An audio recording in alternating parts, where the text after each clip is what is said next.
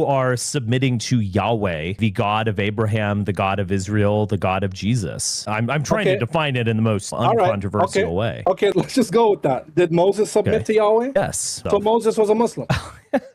Oh, you just said, was Moses a Muslim? And I said, yes, and you just laughed like it's so ridiculous. Then I asked you to define what a Muslim is. You gave a definition, and you conceded that Moses satisfies said definition. So you conceded Moses is a Muslim. Look, I understand where you're coming from, but put yourself in the shoes of a secular Westerner. They're going to think that you're playing word games with this. Islam did not exist until the 7th century. The way they still don't even, bro, they don't even understand the faith. Having a debate with the Muslim doesn't even understand the concept of one creator sending messengers throughout time. It took me months to grasp. When you grow up in a faith that's so confusing, the simple idea of creator, messengers, it takes time to even have that sink in. Bro, it's like when you have misguidance, it truly is from God to be guided. The Quran was not constructed until the 7th century. Well, Islam is not contingent on the Quran. You've misunderstood what Islam is. That's why we say the Quran is the final revelation of Islam. That Islam can't possibly be contingent on the Quran. So if you're telling me, oh, well, you have to look at it from how the Western or the foreigner or the secular, well, obviously this is not something they're familiar with. They're not Muslims, right? Obviously they're not just going to accept at face value. The question should be is, can I as a Muslim historically and theologically substantiate my claim without begging the question, without circular reasoning, without assuming my conclusion? I say yes without a shadow of a doubt. Jesus was a Muslim, Moses was a Muslim, Abraham was a Muslim, they're all Muslims. This guy's brain is short-circuiting right now. Yeah, this is like going over his head. Isn't that fascinating though? They can't even understand I just think what I was getting a lot of was like just the way you guys break it down. Simple. Bro, I don't consider myself a dawah guy, okay? I consider myself a public personality who got tired of listening to nonsense propaganda and lies, who decided to respond to those propaganda and lies. Likewise. What I'm saying is I'm not an imam. I don't consider myself a scholar. Do I have a good grasp on what the faith is and what it means to be a believer and how we should act? Yes. Do I feel that I live up to those principles perfectly? Absolutely not. I bet God every day he even accepts any good that came from our word. I don't even know. You see how we address people, bro. Yeah. What has been my main purpose? To stop fighting between Christians and Muslims. We kind of fell into some traps. I didn't like the direction we went in some ways. And we actually did disobey our creator. He said to speak softly to them. He didn't say argue. He didn't say debate. He didn't say if they low blow you, low blow them back. We've returned some low blows, but it doesn't mean it was the right thing to do. That is not the way. And I do believe a lot of people that are trying to spread the deen are doing things the wrong way. They're not even obeying the Quran. The Quran says speak soft. It doesn't say mock them. People can see who's telling the truth or not. Anyone that has an open heart, open mind can see just by the way you speak. They can see by your face, the way you act, the way you treat them. The biggest dawah that was done in our faith was the way they treated people and non-believers, bro. Did business, treated prisoners, yeah. Their word meant something, bro.